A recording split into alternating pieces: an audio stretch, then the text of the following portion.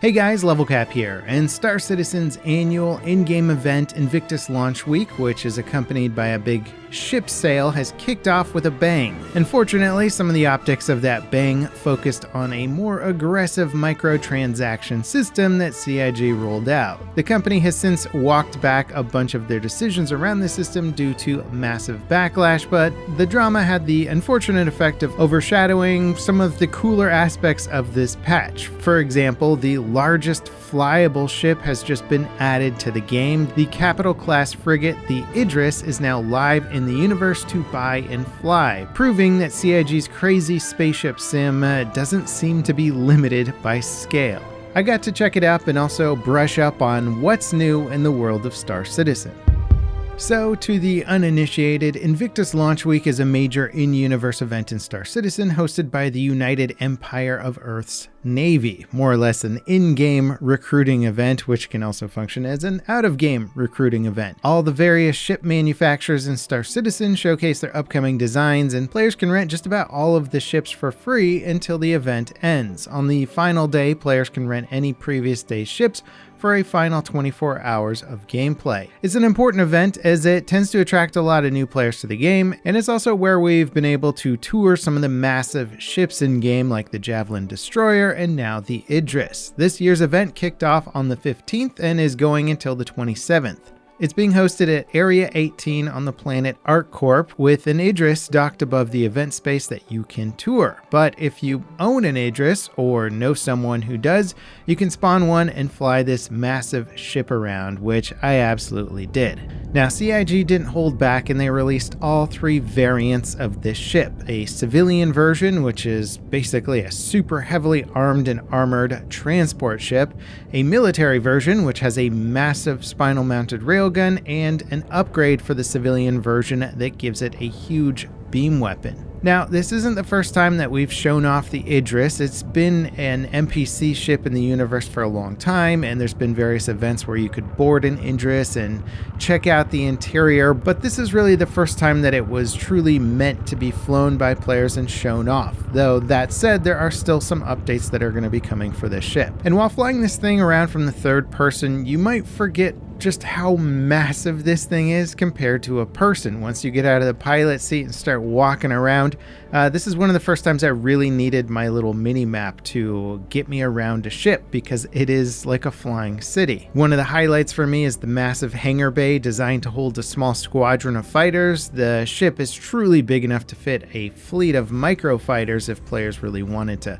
cram them all in there. The rest of the ship has just about every amenity you could think of. It has a huge medical bay with multiple beds on it, and you can actually set your respawn point to this ship so that if you, say, launch from the Idris in a fighter, die in combat, you could respawn on the ship and then take on a role of a turret gunner, or maybe somebody repairing the main reactor of the ship, or you go onto the bridge and assist the captain. The possibilities that a ship of this size unlock really seem kind of unlimited. It's very much a flying fortress, the strongest ship in the game by far. It's got the biggest carrying capacity for other ships, and you would expect that with a ship of this scale, CIG would have to scale back on some of the fidelity of all the details up close, but they absolutely have not. Every inch of this ship is meticulously crafted, and just looking at it, I go, I think this ship has more work put into it than most indie game projects have in total. It's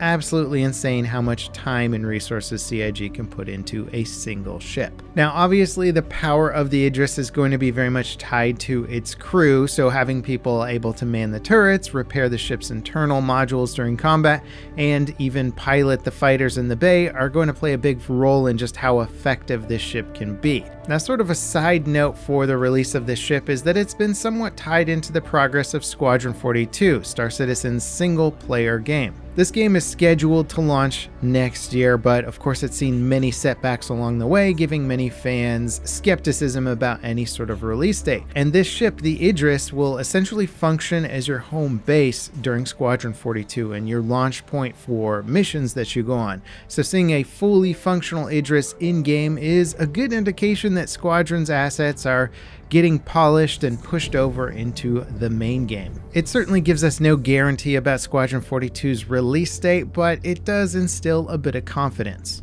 Now, if you don't have access to this massive ship or know somebody who does, well, don't worry, there's a ton of other new ships that have just been added to the game. The Mirai Guardian Heavy Fighter, which basically looks like a TIE Interceptor from Star Wars, just got a new MX variant. This variant trades out the 2 size 5 guns for 4 size 4 guns, making it fit even more into that TIE fighter aesthetic. It comes with a bunch of missile racks and can carry 12 size 2 missiles. Basically, this thing just looks awesome. It's fun to fly and packs a real punch now. You can also park one on an Idris, of course. CIG also released a new variant of the MISC Star Lancer called the TAC that takes the venerable exploration and hauling vessel and turns it into more of a medium-sized support ship capable of holding its own in a multi-ship dogfight.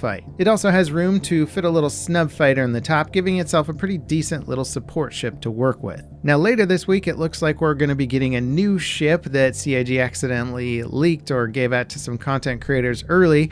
It's the Anvil Asgard, which is a variant of the Valkyrie dropship. When the Valkyrie was first released, everybody agreed that it looked badass, but its utility was somewhat limited by its reduced cargo bay size that couldn't really fit enough of the heavy-hitting ground vehicles in it, and so it just didn't really serve a role that felt particularly useful. The Asgard variant of this ship looks to remedy just about all of players' complaints, which is giving the pilot more weapons to play with, having a bigger loading bay in the back so you can fit full-size combat vehicles and all kinds of other stuff, now much better fitting the role of a combat dropship. There is also a few other vehicles added slightly before this update. There's a new Drake Golem mining ship, which has a bespoke size 1 mining laser and 32 SCU of internal cargo storage. It looks like a fun little starter ship for mining operations and could prove to be quite useful for getting into hard to reach places. When it comes to ground mining though, and looking badass, there's also a new variant of the Atlas exosuit called the Geo. I did mention this in previous Star Citizen videos, but we now have a jump jet capable exosuit in the game. So if you want to jump around into caves and mine some stuff,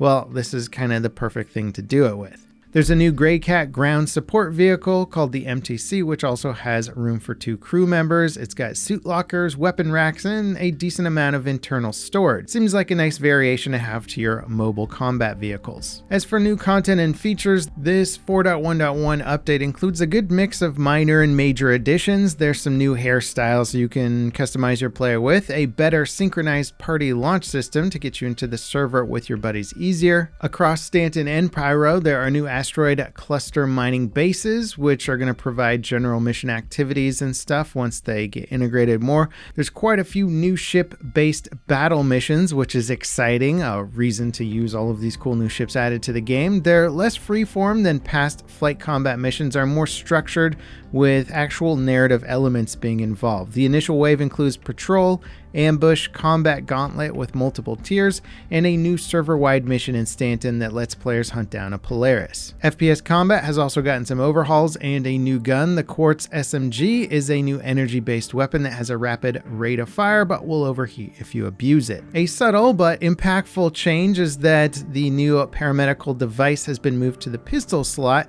so now you have to choose between a pistol or a medical device, which could help players maybe focus a little bit.